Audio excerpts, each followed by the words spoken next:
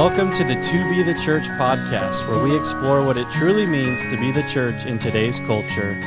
Hello, gentlemen. Hello. Tyler Clarensaw, Gavin Hesse, Gavin's back. Hello. Ben Potloff. Having Andrew out is good for you. It's good for your airtime. It's good for all of us. It takes me 200 episodes for Just kidding. 100 episodes for 2, fewer than 100 for 3. Yeah, just know? a couple. Yeah. Well, welcome back. Hello. It's good to have you. Yeah, how's everybody doing? Great. Yeah, life going well.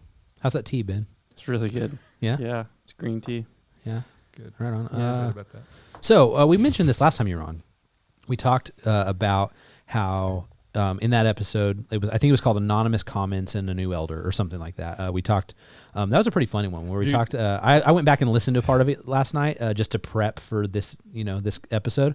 And that was the one where somebody had sent an anonymous comment to the lead pastor saying, "I know that you adjust the thermostat to pander to men." Do you remember that? Oh, wow. Yeah. Was I on this episode? You were, yeah. Oh. Yeah. It was to Andrew, and it was like, it was said lead pastor East Vancouver, and it was like, please turn the heat up. I know that you intentionally turn the air conditioning down to pander to men. Oh. And Was that the same one with the chili cheese Fritos? that was the same Communion? episode. Okay. Yeah. Chili cheese Fritos communion. We haven't made that jump yet. That was where you told the Man. story about having some friends doing like Mountain Dew and Doritos or something like that as well. So, but anyway, in that episode, after we got through that ridiculousness, we talked about your aspiration to be an elder. And in all fairness, I didn't finish that episode last night when I was re-listening. I got through part of it. But what we want to do today is that was 2019 ish, and so we're a couple years down the line. And so I'd like to just explore eldering from your perspective here 2-3 years in. Sure. And so I thought we'd start by just kind of talking, because, there's a lot of listeners who haven't been with us for 100 episodes, like they haven't listened that long. And so I thought we'd start by kind of talking about what is a shepherding elder, like what do our elders do?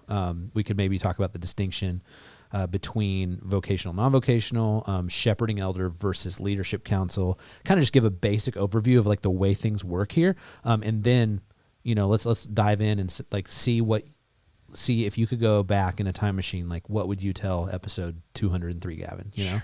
And so let's start with eldership. Ben, why don't you just explain shepherding elders and kind of even where that idea comes from, maybe scripturally, and then in modern publication as well. Yeah, we see in Scripture these roles of pastor, elder, overseer being synonymous for one office. And so you have elders, overseers who are obviously overseeing, providing spiritual leadership for the church, but then they're also called to shepherd the people. So 1 Peter 5, to the elders, shepherd the flock of God among you. You have Acts chapter 20, where Paul is telling the Ephesian elders that he's about to leave and fierce wolves are about to rise up. And so protect the flock, shepherd the flock. And so we see, elders are to pastor, are pastors. And so elders are not just in charge of governance of the church, not just making decisions, but pastoring the people, shepherding them, caring for their souls. And so, that's a big thing here for us. The elder teams are not just a board of decision makers. They are shepherds. They're pastors. Doesn't mean they're all preachers, but they are all caring for the flock, and we are sharing that burden together. So, And I think there's a pretty important distinction because of that. When most people think about an aspiration to want to be an elder, it's because of the decision-making part of that. They have an idea of wanting to be part of the financial decisions that the church makes. They want to be part of the ministry decisions that the church makes. They want to tell whoever's leading musical worship that they didn't like the song that was being done. Thanks for that, by the way. Yeah, and there's a power purpose to the reason for wanting that title, and there's this clear distinction when you're talking about the shepherding elder, and it's why even the aspiration to being an elder, first and foremost, from our context, from the NGC context, is that shepherd place. And even the passages you reference, there's nothing in those passages necessarily about setting salaries and things like that. They're shepherding the flock. There's similarly to how Jesus is the shepherd to relate to being that same type of presence to church members. And so the primary aspiration of being an elder is to be a shepherd elder, to pastor and care for people. And if you don't have that, like nothing else matters in the aspiration and desire. Like that's the floor. That's the baseline. Yeah, I think one thing that's interesting too is a lot of times when people do think of elders, they think of the elder board, like that decision-making, financial, hiring, all that stuff. They also think that maybe when they hear the word deacon board, like, because that's kind of been a synonymous term in a lot of church traditions.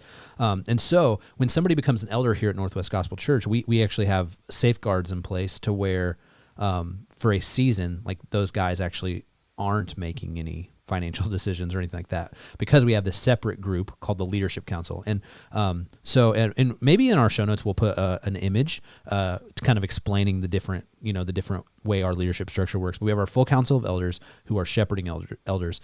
A subset of that group is the group called the Leadership Council, and that is that board. That is the one who answers to the state for all of our nonprofit stuff, who makes those financial decisions.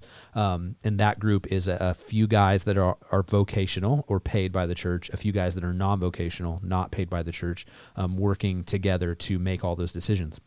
And like I said, we have safeguards in place. Like a new elder cannot be on that board, right? He has to go through a period of time before he's even eligible to be on that board. And so, you're looking at a guy who is going to do the shepherding work, do the work of checking in with people, caring for people, explaining doctrine to people when they have questions, stuff like that. You're gonna have somebody who is doing that work for months, if not years, before they even have the opportunity to be on the decision-making board, if you will. And so, and again, we'll put this in the show notes, but we have that Leadership Council who makes decisions like that, and then they take those decisions to the full council of elders for affirmation, for questions, stuff like that.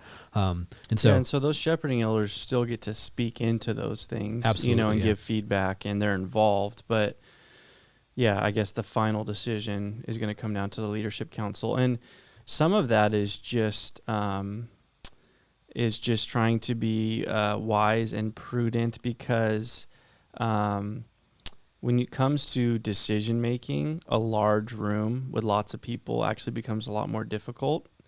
And so to keep the Leadership Council smaller, which again is coming from that larger room and has representation from all the different campuses and non-vocational, vocational, but to keep it smaller makes it a lot more efficient in decision making. But you can't keep the shepherding room small, because as the church grows, you need more and more shepherds. And so, I remember one time just recently talking to somebody, and I was like, we just affirmed 3 new elders, meaning that we have like 15, 16 now. And they're like, how do you get anything done with 15 or 16 elders?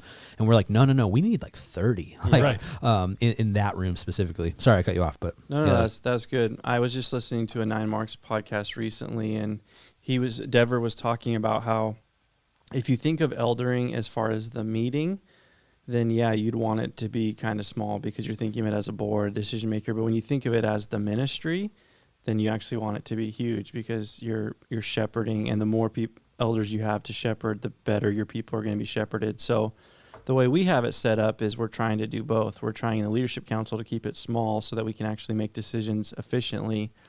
But then we want, an even larger full council so that people are being shepherded really well. So I like the way we do it. But. Yeah, I think it gives it's even a bandwidth question, honestly, in that because you may have the bandwidth to do the shepherding part, and that's the floor baseline. Like, to aspire to being an elder at our church means that you have a desire to want to shepherd people.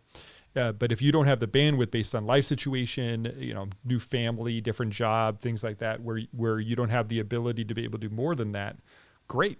like you don't have to do more than that. Like that's the floor. Like that's good. If you have the bandwidth to be able to potentially do more, then there are other options in ministries to be able to do additional leadership in, such as leadership council. So it even protects the men who have the aspiration to do the shepherding thing, where they aren't necessarily overwhelmed by everything else that it takes to manage, large church with multiple campuses. Yeah, it's really good. So let's zoom in on you a little bit. Did you listen to the episode? Did you re-listen to it? I listened to yesterday. part of it. You text me and you're like, I think I'm going to go in blind. I was like, all right, cool, whatever. So you did listen to part of it. As you listened, what do you look back on and think, man, I was naive? Well, first thing I want to say when I listened to it is it made me remember the old intro that you had to this. I am the church. I am the church. I am the church. And it made me laugh every time I listened to it. Yeah. So it's pretty epic. I came up with that myself. So thanks, jerk. So I remembered that. It was, so that was recorded when I was been in this position for about, I think, 5 months. Okay. At that time. And it was, I think there's a couple things that I was thinking about that are different, but I think one way of putting it is there's a different weight to as you sit in the chair longer. That as you do the shepherding longer, you do the work of the church longer, you experience more longer, I think the weight of the chair changes. And I think I kind of knew that from a high level standpoint back then, but I think having the opportunity to just be in this more, that's changed. I think when we were the three of us doing that episode together, that was, it was either June or July of 2019. 2020 hadn't happened yet at that point. And what it meant to shepherd people well, to make decisions well in that time was dramatically different from what we were necessarily thinking about in that moment, because we were faced with so much more in it. So there's definitely a substantially different burden. One other way I wanted to mention that burden kind of shifts as you move forward in ministry is there are victories that are very cool that help sustain you, people that you've shepherded that have moved forward well. You see marriages, you see people come to faith, you see baptisms, you see organizational health, you see things that you have an opportunity to be involved with that are encouraging.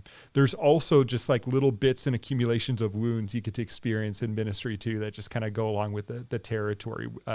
People you invested in that kind of went sideways. Would you like to call any of them out right now?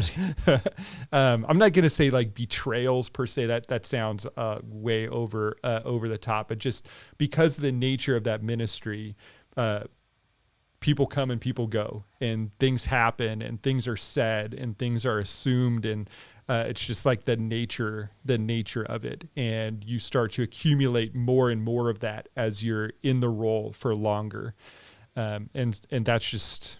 It just is what it is. It's just part of the weight that you carry. That is definitely different as I sit here now than it was there at the beginning. All right. So if you could go back to episode 203, Gavin, what would you tell him?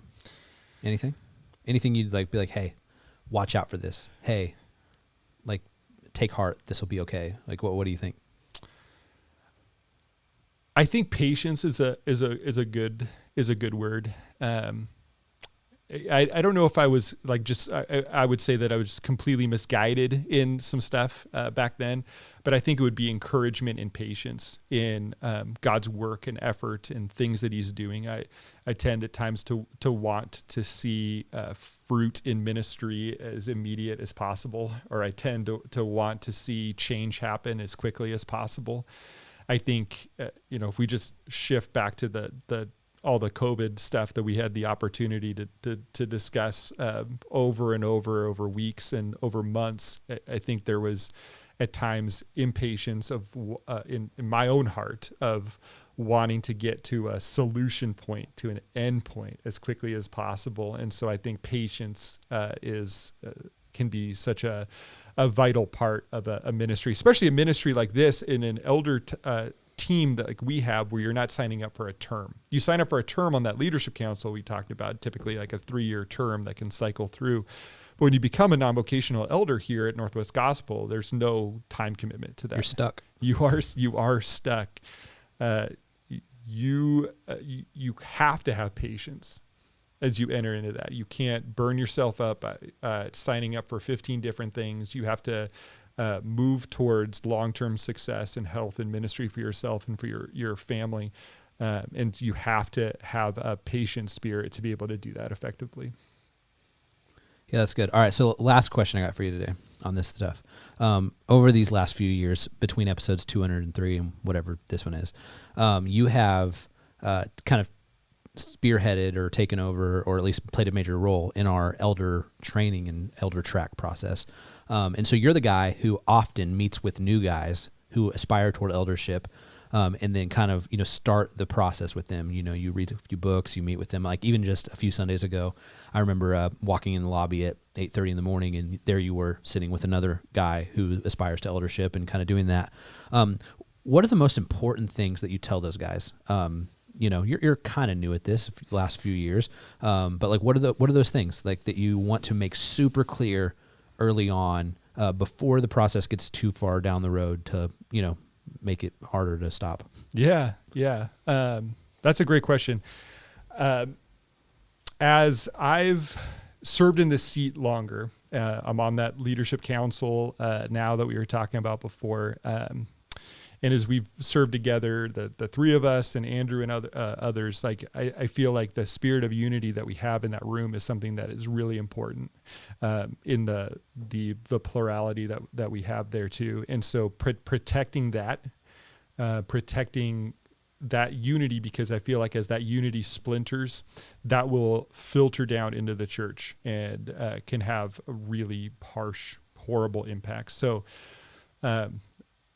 that feeds into the training that I do, from the sense of making sure that we're really hammering the main reasons as to why they're aspiring. And so I really want to be focused in, especially early on their reasons for aspiration, beyond talking through like why we made particular decisions, like why we chose to partner with a particular organization, why we chose to prioritize one particular ministry over another, like why we chose to structure a gathering in a particular way. Like I want to hear their heart for people. Like I want to understand, like as you're reading Shepherd Leader, that's we mentioned that in episode 203. You can, as you're reading Shepherd Leader by Whitmer, and you're in the middle of it, and you're hearing about the heart of what a shepherd leader is. What people are you thinking about? Like what people in your life right now are you thinking about and considering right now about how you want to work with them, serve them, protect them, counsel them, be in their lives? Like what are you thinking about right now? I want to understand the seriousness with which they take it. Like this training process we do, it's a year plus typically. I mean, it can be anywhere from 8 books to 15 books that you're reading during that time. Like how seriously are you entering into it? Like, are you actually reading it? And not just reading it. Are you taking notes? Are you reflecting on the purpose? Like those books exist we give those for a reason. Like, yes, this is a volunteer role and such, but you're aspiring into a type of leadership here where you kind of have to prove that you're willing to do the work to enter the room, because it's not just like a meeting once a month.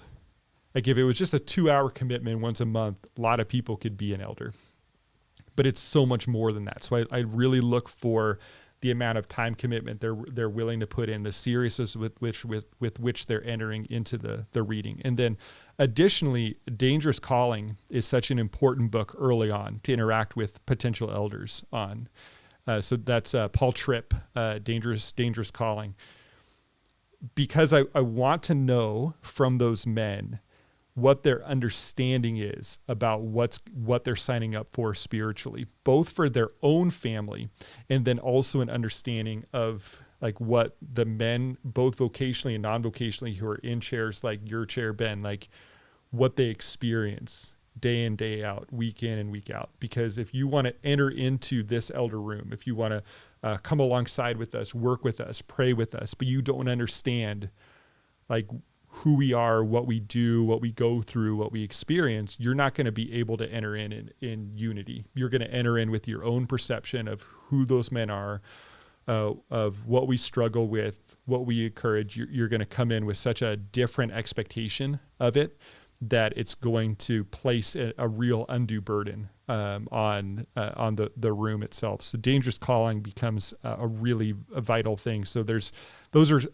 the dangerous calling and shepherd leader thing are two such foundational things that they, as we then read about missions and we read about church discipline and we'll read about some of the elder structures, multi-church, we'll read a book about like why we do campuses the way we do.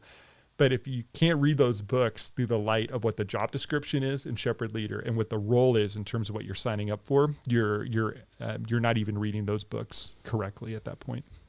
Yeah. Well, Gavin, dude, thanks for being here. We'll have you on more than once every 100 episodes moving forward. I don't promise, but I do say that. So thanks for being here, Ben. It's always good. Cody's behind the camera. Max is running audio, and Brian is running video. Thank you guys for being here. If you have questions or you would like to put your thoughts in the hat, feel free to do that at podcast@toBeTheChurch.com. If you're listening on your podcast app, we'd encourage you go check us out on YouTube. We look a lot better than we sound, and so we'll see you next Friday. Have a good week.